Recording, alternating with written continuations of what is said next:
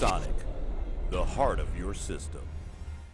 Hi and welcome back here to my channel. This is a new video and also the start, hopefully, of a new video series because Thomas, somebody who followed me and sent me a message on Instagram, said that he found a box in his house where it says Yeti water cooling, and he's not really sure what it is about. It seems to be kind of ancient, and he asked if he could send it over to me and I might do a video about it if it's interesting. Then I started to Google about Yeti water cooling and I couldn't find anything about it, and then I thought, okay, this might really be something rare and interesting.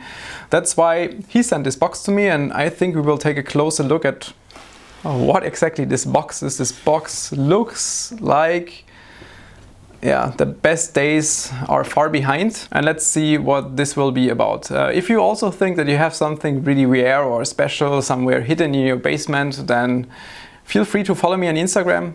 Link is down below, and then maybe send me a message if you have something else that could be interesting to be featured in one of those episodes. Okay, unboxed everything, and it really is an aquarium. So we have this glass box right here. We have something that looks to be a water cooler. I think we will have to take a closer look at that in a little bit. Then we have a pump, and it's not a typical pump you would use like a DDC. It just has one outlet, which means that you're probably fully going to submerge this pump into the water, because you also have those feet on there. Probably just place it inside the aquarium. Then I think the intake, yeah, the intake is here on the front, outlet on top. It's also 230 volt. Power supply. And then we also have those two things. I mean, obviously that's the fan for some kind of cooling, like radiator wise, and I'm really not sure what this thing is for. I think we will have to study the instructions in a little bit. But this really seems to be kind of like a radiator. You have inlets on top, so you can attach a hose there, and then I think the water will run through this channel right here, and then you see some small holes in there. And I think the water is supposed to run down on those fins and then drop into the aquarium.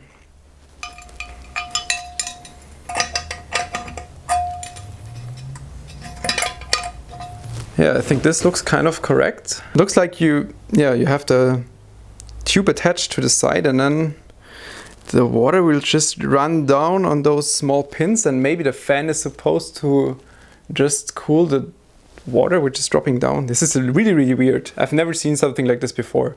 I really also love the instructions. It says you have to set your CPU warning temperature to 60 degrees Celsius. Means that if it exceeds 60 degrees Celsius, then it should already be a warning. I think that might be due to that it's a very, very old CPU it was supposed to be used for, but nowadays every CPU will have 60 degrees, probably even in Windows once in a while. And instructions also look kind of interesting. I mean, you see that it's supposed to be for K7, K8 or Pentium 4, so rather old CPUs. And here it just tells us to attach some pipes to the pump, but there's no real instruction how to use that heatsink. And I think, just judging from the picture, I'm not sure is the water supposed to run over. Oh wait, so the heatsink is supposed to sit halfway into the water. If I can see this correctly, you can see the water level is right here, and then the heatsink is supposed to sit halfway into the water and then maybe this way dissipate the heat. I think I figured out how this thing works. We just have to attach this heatsink towards the fan. We have those 4 standoffs right here. And if you find the correct position, if you align it correctly, I think there is 1 or 2 ways. Yeah.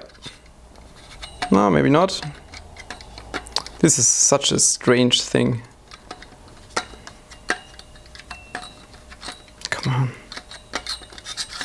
Okay, this way looks quite okay. I think now we only have to somehow add some screws right here, so it's just hanging down like this. And then the heatsink will sit halfway, literally halfway in the water. Therefore, the water will heat up the heatsink and the fan will dissipate the heat from the heatsink. While, I don't know, if the water is maybe dropping down, it's already removing some heat, dissipating some heat from the dropping down water. This is so weird. Let's see. This water block is also really, really strange. I mean, I just saw that the guarantee label says something like June 2004. This means it's 16 years old. If we look at the base plate, I mean, for sure it's an aluminum based block and they pressed some copper into it. Later they figured out that that's not a good idea to mix the different metals. And it was also weird is that, why do we have those holes in here? What are those for? Really not sure. And then we have like a fill port, I assume. But why would you use this as a fill port? I mean, you're not going to use a fill port on your main board. That's a very bad idea because you can always have water dropping onto your main board and you can just fill it in the aquarium, right? I don't get it. Let's open it. After removing the cover, I'm not sure if I'm just even more confused because those ventilation holes, whatever, they make no sense whatsoever. They have no function. I think it's just design. At least this is making sense. It's kind of like a water cooling fitting. You're pressing down the top part of the cover onto those tubes right here and therefore fixing the tubes. That makes sense. Still, this is really just a fill port right here, the thing we previously opened. And the structure is also really amazing. I mean, there is no structure whatsoever. The inlet is in the center. The water just goes into here and exits to the out. And there is not even a contact to the copper base. I don't even know what the copper base is for. There is no direct contact from the water to the copper, which is kind of good because you will not have the problem of mixing metals. But why is the copper there on the backside in the first place if it doesn't even have direct contact? It really looks like the copper is just there to spread a little bit the heat on the surface area of the aluminum block, but that's such a strange design. Cooler is attached, not with the original mounting. I think the original part, which was meant to fix this heatsink onto the fan, is kind of missing, not sure why. There's also a temperature probe attached to the fan directly, which I'm not sure how this makes sense. Considering that there is no temperature output somewhere, you cannot attach it to like your mainboard to read out the temperature, which is something mainboards wouldn't have anything anyway in 2004. But you only have a fan output, 3-pin. Not sure if the fan is somehow temperature controlled in any way. Just strange in so many ways, this whole concept. But we still have our aquarium. And judging by the user manual, we're supposed to make it look like an aquarium. Let's go.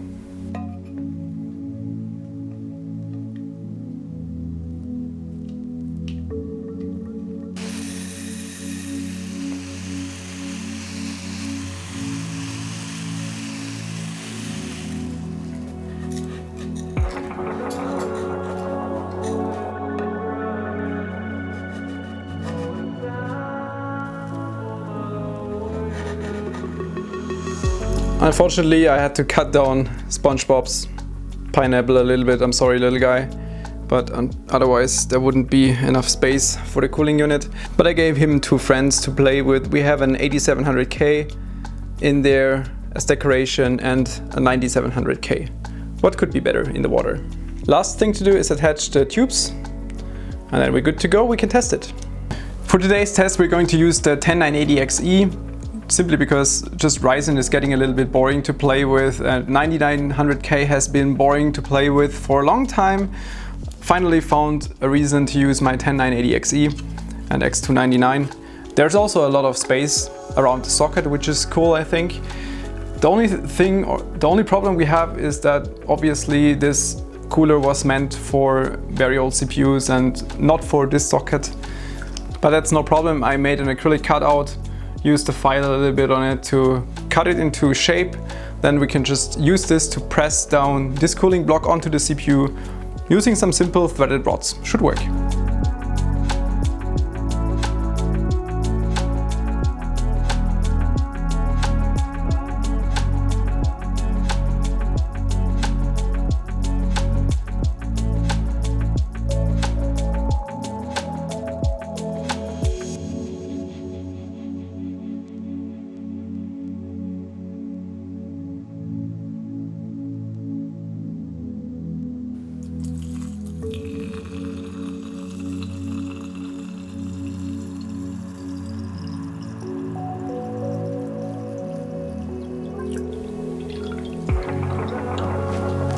I filled the aquarium about halfway Just looking at the picture from the manual, you can see halfway to the heatsink we have the water level. And now the cool thing is, because it's a 230 volt pump, we can just switch it on without having to power on the PC first and just see if everything works out. Let's see how the water drops down. This indeed looks quite funny. You can see the water dropping down. For some reason only on one side. I'm not sure if, yeah, it looks like the pump is not strong enough. The water is just until like in here. The water block itself also looks at least not bad. I'm still not sure what the ventilation holes are for, but at least it's not leaking onto my motherboard. Cooling system is still up, running smoothly from what I can judge. The fan is a little bit annoying, but I'm surprised or happy that it's at least still running after sitting in a box for I don't know how many years. I also added a temperature probe to the system and we're currently running about 28 degrees Celsius. Water temperature, let's see how this turns out if we heat up the CPU a little bit. I also just found out that on the box they state this cooling system can dissipate over 300 watts. This cooling system, 300 watts. But hey, come on, if a company like Global Wind is making those statements, has to be true, right? Temperature in BIOS, not even bad. 38 degrees Celsius. By the way, I made a mistake. It's not a 10980XE, it's a 10900X. Idle temperatures are okay with between 30 and 40 degrees Celsius. CPUs running stock, boosting somewhere between 1.1 and 4.3, 4.4 gigahertz. Let's see how it performs with Cinebench. That's surprisingly good. I mean, it's not great, but judging what we just built up, it's something between 70 to higher 70 degrees Celsius. I think this is not even that bad. Times by extreme physics test has been looping for about 30 minutes right now. And temperatures are absolutely okay. High 70s, but that's totally fine. Oh, one core is at 80 degrees Celsius. Still, I think that's actually okay. The only thing that worries me a little bit is 35 degrees Celsius water temperature, and it keeps increasing. It was kind of obvious that this thing would not be able to dissipate the heat. We have quite a lot of water in there, I think about 1.5 liters, 2 liters maybe. And therefore, yeah, the 2 liters of water can certainly take up some heat before the fan stops being able to dissipate the heat. CPU overclocked to 4.5 gigahertz across all of the 10 cores. Even in idle, we had about 65, 66 degrees Celsius maximum so far. That looks much worse than before. CPU package power was only max about 100 watt power draw. Let's see. Those are not temperatures you would expect from custom water cooling. 100 degrees Celsius max so far. It's still running. It's not throttling that far. But yeah, 100, above 100. Prime 95 has been running for a while on 10 threads. Temperatures are in way above 100 degrees Celsius area, between 100 and 110. The fan started spinning like hell. The tank hit about 40 degrees Celsius water temperature and then the fan started spinning like hell. It's I don't know how many thousand RPM we have right here. But on the left you can see that the water is already pushed to the side. You can see that there is some serious airflow going on inside the tank right now. Cooling wise, this was not even that bad. I expected it to completely fail because the CPU water block doesn't have any internal structure comparing it with a nowadays water block. But running the 10900X at stock, high load was about 70 degrees Celsius, which would mean that gaming would probably be between 60 and 65 degrees Celsius. That's not even that bad. I mean, it's not great. Any air cooling unit nowadays for like 20 bucks will probably be better, but it's still not bad.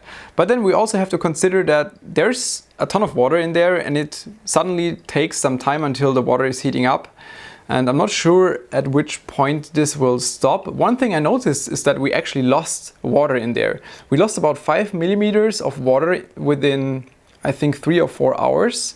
That's mainly because some of the water is evaporating, which is also helping the cooling. It's like one of those cooling towers. I'm not sure if that's the correct translation for a power plant, but you know those big towers for cooling of the power plant. They work with the same kind of principle that certainly helps with the cooling, and then we have this fan in addition, which is cooling the aluminum fins.